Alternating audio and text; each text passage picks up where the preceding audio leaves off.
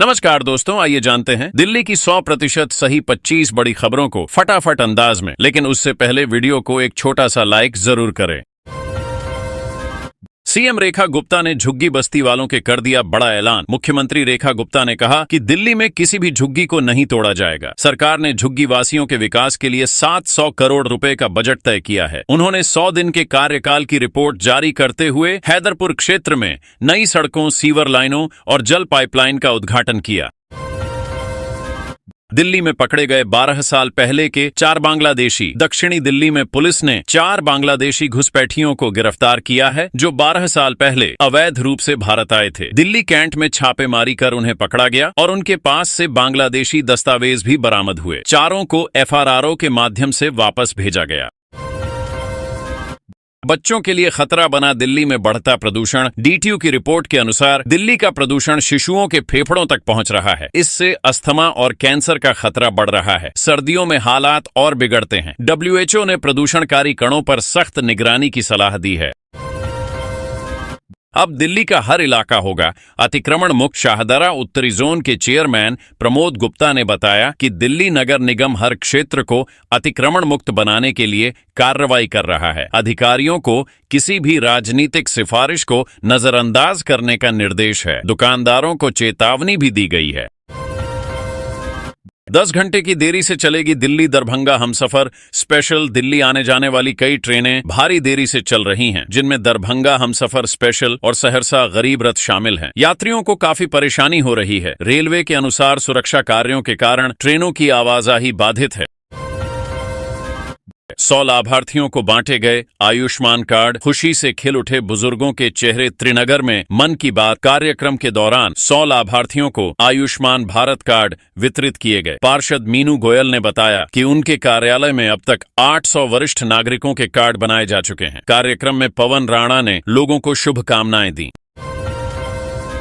खराब मौसम से बिजली कंपनियों की बड़ी चुनौती। दिल्ली में लगातार गर्मी और तूफानों के कारण बिजली की मांग और आपूर्ति पर दबाव बढ़ गया है। मई में आए तूफानों से कई इलाकों में बिजली बाधित हुई। मौजूदा समय में बिजली की अधिकतम मांग 7,700 मेगावाट तक पहुंच गई है, जो 9,000 मेगावाट तक जा सकती है। बिजली कंपनियों को नुकसान झेलना पड़ रहा है और आपूर्ति बनाए रखना चुनौती बन गया है।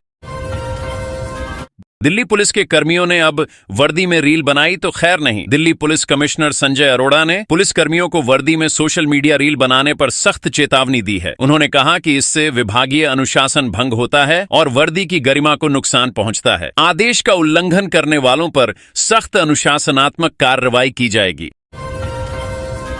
डीटीसी कर्मचारियों ने सीएम रेखा गुप्ता से लगाई गुहार। डीटीसी के संविदा कर्मचारी वेतन वृद्धि, डीए और ग्रेड पे की मांग कर रहे हैं। उन्होंने मुख्यमंत्री, उपराज्यपाल और प्रधानमंत्री को पत्र लिखकर अपनी समस्याएं बताईं। उनका कहना है कि 10-15 वर्षों से काम कर रहे हैं और दैनिक वेतन सिर्फ 843 रुपये मिलता है। कोरोना के बढ़ते मामलों पर दिल्ली सरकार ने जारी की नई गाइडलाइन। दिल्ली एम्स में कोरोना मामलों में वृद्धि के चलते कर्मचारियों को मास्क पहनने, भीड़ से बचने और स्वच्छता बनाए रखने के निर्देश दिए गए हैं। कार्यस्थलों पर शारीरिक दूरी बनाए रखने, सफाई और व्यक्तिगत सावधानी पर विशेष जोर है। बुजुर्गों व गर्भवती महिलाओं को अतिरिक्त सावधानी बरतने की सलाह दी गई है। स्वास्थ्य विभाग की गाइडलाइन का कड़ाई से पालन अनिवार्य किया गया है।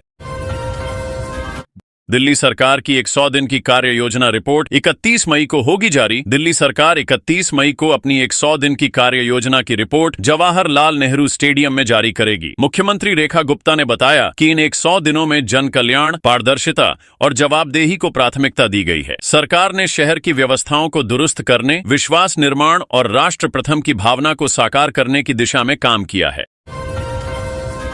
नालों की सफाई का यही हाल रहा तो इस मानसून फिर न डूब जाए दिल्ली। दिल्ली नगर निगम द्वारा मानसून पूर्व नालों की सफाई में भारी लापरवाही देखने को मिल रही है। कुल 800 गहरे नालों में से केवल 43% की ही सफाई हो सकी है। लक्ष्य के अनुसार 1 लाख मीट्रिक टन सिल्ट हटाई जानी थी, लेकिन अब तक केवल 55,410 मीट्रिक टन ही हटाई गई है। यदि काम में तेजी नहीं आई तो मानसून में जलभराव तय है। नजफगढ़ में भाजपा की पहली महिला जिलाध्यक्ष बनी राज शर्मा। भाजपा ने पहली बार राज शर्मा को नजफगढ़ जिला अध्यक्ष नियुक्त किया है। इससे पहले वे महामंत्री थीं। सांसद कमलजीत सहरावत ने उन्हें बधाई दी। राज शर्मा ने कहा कि पार्टी महिलाओं को सशक्त बना रही है और सभी वर्गों को साथ लेकर चलेंगी। दिल्ली में कोरोना का खतरा बढ़ने से स्वास्थ्य विभाग हुआ अलर्ट। दिल्ली में कोरोना संक्रमण के मामले फिर बढ़ रहे हैं, जहां 99 नए केस सामने आए हैं और कुल 104 एक्टिव मरीज हैं। स्वास्थ्य विभाग ने कहा है कि मरीजों में हल्के लक्षण हैं और यह सामान्य वायरल जैसा ही है। अस्पतालों को सतर्क रहने और जरूरी तैयारियां रखने को कहा गया है। सरकार ने कहा है कि स्थिति पूरी तरह नियंत्रण में है।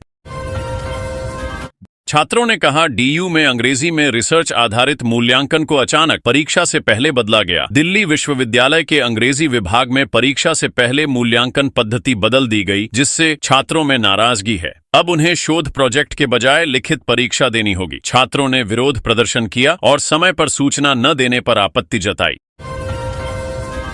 मिंटो ब्रिज अंडरपास में हुए जलभराव पर दिल्ली सरकार ने की बड़ी कार्रवाई। बारिश के बाद मिंटो ब्रिज अंडरपास में जलभराव की शिकायत पर मुख्यमंत्री रेखा गुप्ता ने कार्रवाई की है। पीडब्ल्यूडी के जूनियर इंजीनियर को निलंबित किया गया है और असिस्टेंट इंजीनियर को कारण बताओ नोटिस जारी किया गया है। मुख्यमंत्री ने लापरवाही बर्दाश्त न करने की चेतावनी दी है।